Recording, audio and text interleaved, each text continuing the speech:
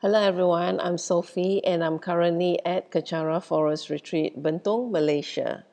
I'll be continuing with this book, Gurus for Hire, Enlightenment for Sale. An insider's guide into the relationship between spiritual teachers, students, and centers.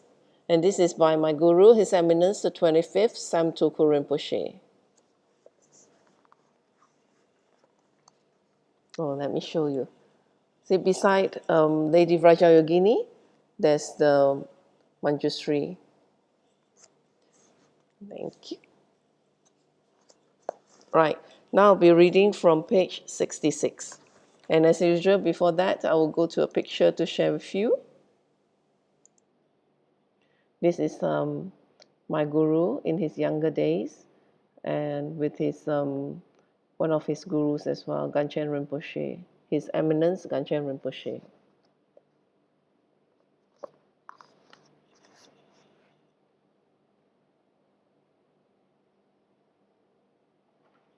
Right, page 66. The inner qualities of a Dharma student, practicing Guru devotion with the 9 attitudes. We are always talking about the qualities of a Guru, what the Guru should be, how the Guru can be criticized, helped or not helped. The Guru is always in the spotlight, and there are always a lot of criticism and comments about the Guru. We must also consider the qualities of the student. A real student is not necessarily a student of a Rinpoche, a Geshe, or a Guru. A student is someone who happens to be learning Dharma from that person. A real student is a student of his own mind, of the Dharma. A real student should follow the 50 verses on Guru devotion, which are 50 verses that explain our outer protocol. This outer protocol is to train the inner mind in awareness and in service of the Dharma, spiritual practice, and our Guru, to make it easier for the Guru to give us the Dharma teachings. For those who cannot serve the Guru well, who are not aware and who are always making mistakes, it is very important for them to read, study, and memorize the 50 verses on Guru devotion. It is not to be a slave to a Guru. Every part of that text is for us to develop awareness. In fact, most of it is common sense. Then, if we condense those 50 verses, we have the 9 attitudes of devotion to the Guru that, as students, we have in receiving Dharma from our teacher and for our spiritual practice to advance. Practicing Guru devotion with the 9 attitudes. Practicing Guru devotion with the 9 attitudes begins seeing that the root of all that is auspicious and good in this life and all of my future lifetimes is to enthusiastically devote myself correctly in thought and deed to my spiritual guide who reveals the path, never giving him up even for the sake of my life. I shall delight with the supreme offering of practicing in accordance with his instructions. 1. With an attitude like a good son, who does not enter into activities independently but checks his father's demeanor first and then, sensitive to that, acts in accordance with his father's instructions. If we accept a person as a teacher, we are submitting to our own mind and the Dharma practices to improve our mind, to bring us further and faster in our spiritual evolution. Having a teacher who can give us living experience, talk, answer questions, and who has the empowerment, lineage, blessings, and oral transmissions to pass on to us is something very rare and very precious. In order to receive these teachings, our relationship with our Guru should not be that of a boss to someone subservient, or that of an employer to an employee, or that of an older brother scolding a younger brother. It should not be that of a husband or a wife in the way that they sometimes fight and sometimes have harmony. It should be like that of an obedient son, acting exactly in accordance with the Guru's wishes. If we meet an abusive, scary, ill-motivated Guru, we could, of course, be taken advantage of. This is definitely so, and it has happened in the past to people. But if we have examined our Dharma teacher over time to avoid this problem, we should have no problem being as obedient as we can like a son. What does it mean for us to be obedient to our Guru like a son? It means that if our Guru is a real Guru, he will not give us work that we cannot do. He will not exploit us. He will not use us. He will not harm us in any way, shape, or form. If we meet a good Guru and we are obedient like a son, he only gives us exercises, activities, or practices that will make us excel. We have to cooperate with our teacher to excel. 2. With an attitude like a Vraja, indestructibly, such that no Mara, harmful companion, or anything at all could ever separate you from the Guru. Who are these harmful companions? There are inner and outer Maras. A Mara is an obstacle or a demon, but the demon is not always on the outside. In general, Maras represent spirits or ghosts, or people on the outside that may come and say negative things to us about the Dharma or the Guru and push us off the path. Or they could be inner Maras, a lot of anger, impatience, ineptness, laziness, irresponsibility. Those are very, very big Maras. Those inner Maras, laziness, selfishness, anger, stop us from carrying out the Guru's spiritual instructions to us. They are very dangerous. After we have checked out our Guru and accepted him as our Guru, we should see them as Maras and avert them whenever they come to our minds. If they are outer Maras, we should push them away, and the most effective ways for this is meditating on bodhicitta, great compassion. If they are inner Maras, we let the anger, jealousy, or lack of faith come and go, let it go. We should not get attached or be attracted to it. We cannot get rid of anger overnight, and if we let it take over us, it can take us away from our spiritual practice. Then there are the harmful companions.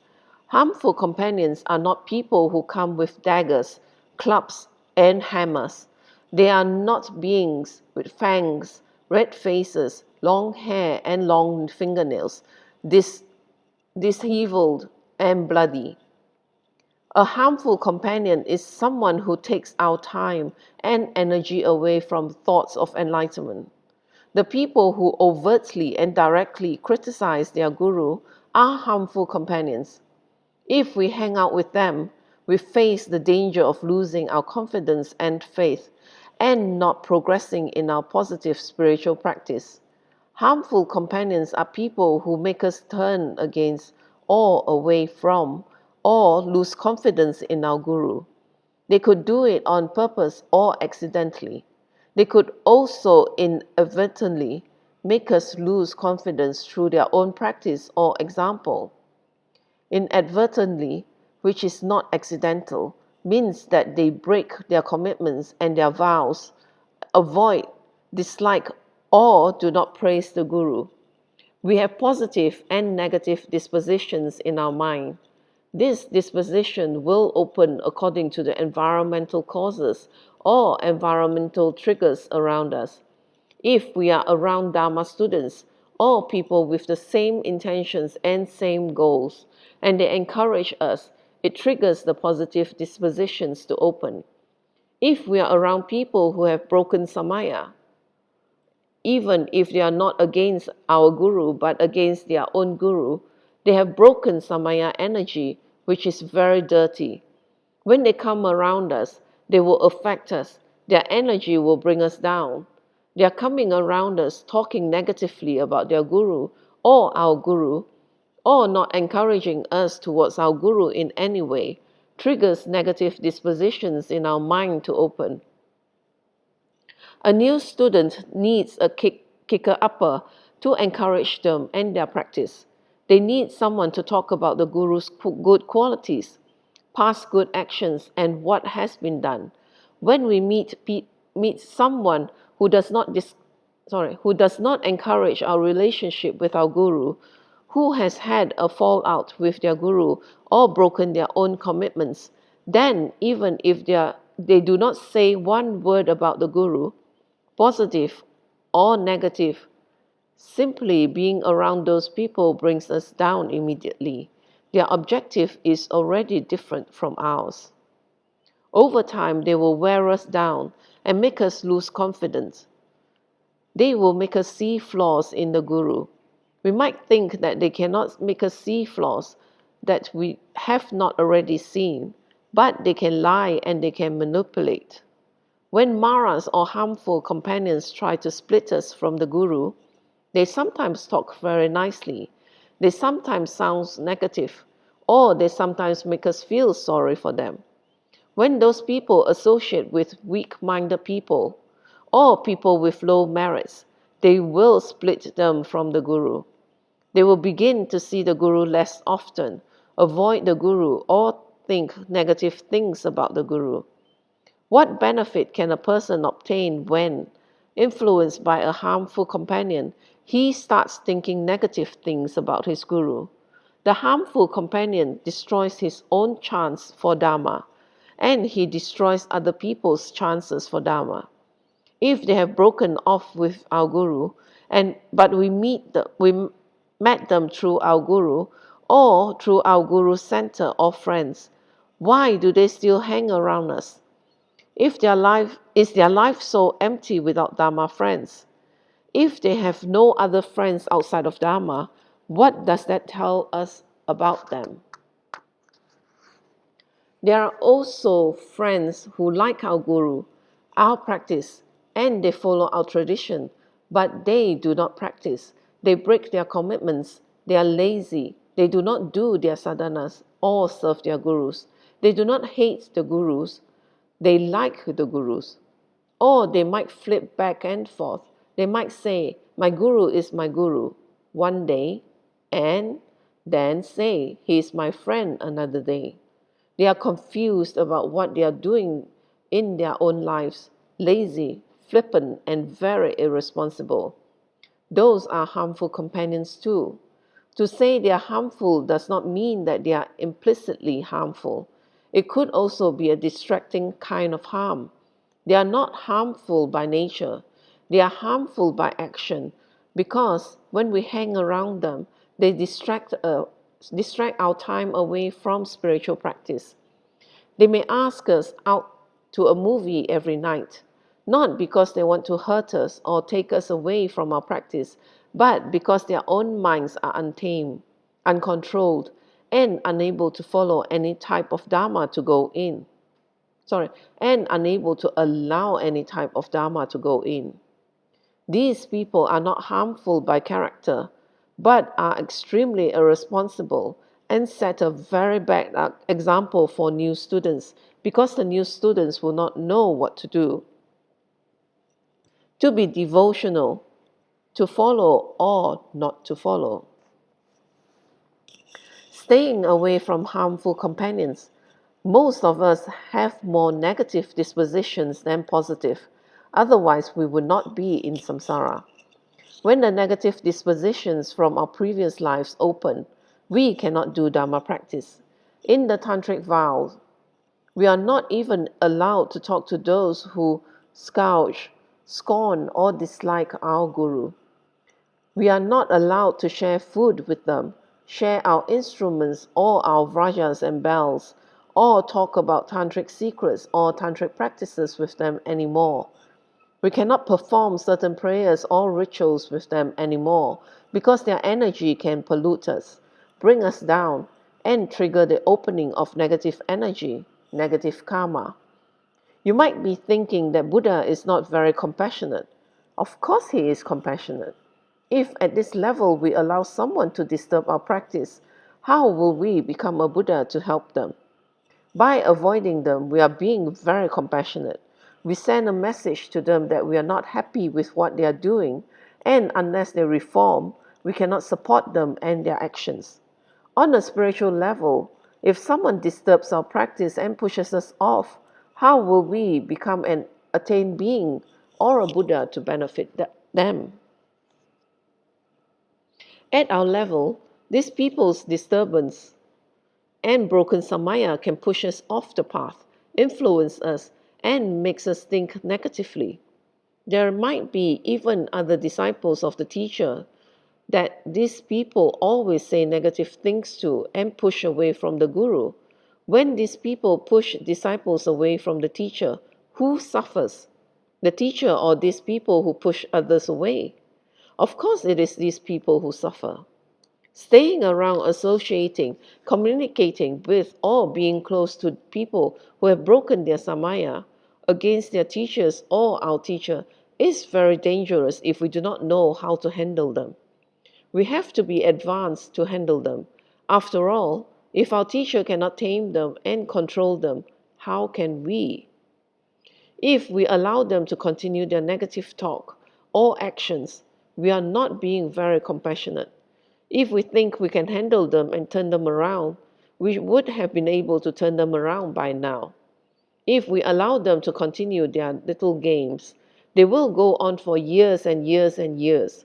They do not have merits to dig themselves out, and we would actually be helping them to create even heavier negative karma for themselves. They present a danger to us and to themselves, and this is why this text specifically tells us to avoid harmful companions who might try to split us from our teachers.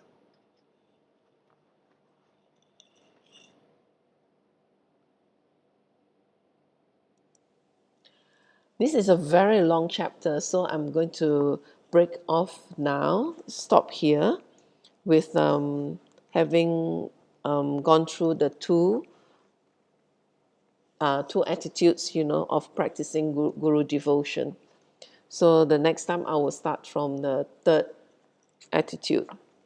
And this too is a lot to contemplate on in the meantime, as it says, especially the second one, where we should keep away from people, who with broken samaya or who is as Rinpoche said, harmful companions. Basically, they are not, they may not be bad people, but it's just that their own untamed and distractive mind will distract us from our own spiritual practice. And so, as such, inadvertently, they are as a harmful companion.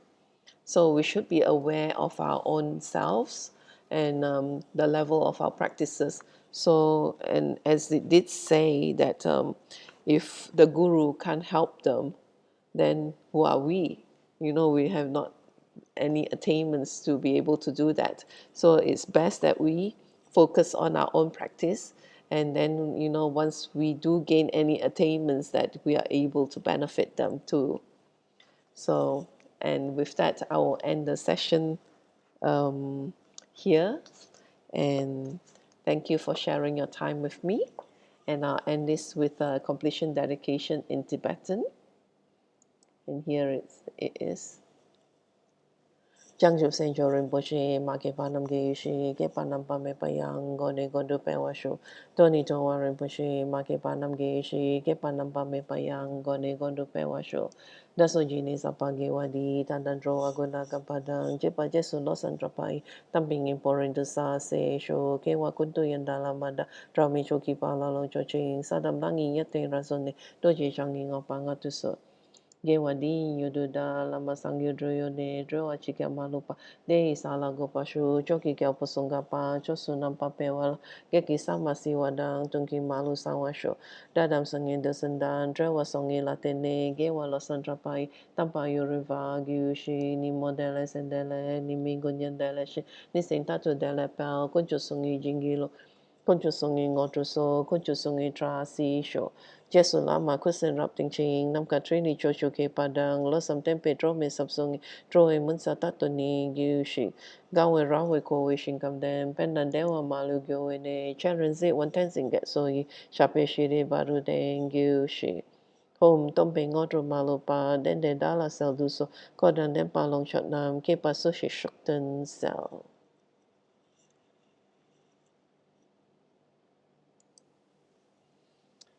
Thank you for joining me, and I do hope that you'll um, join me again for my next session.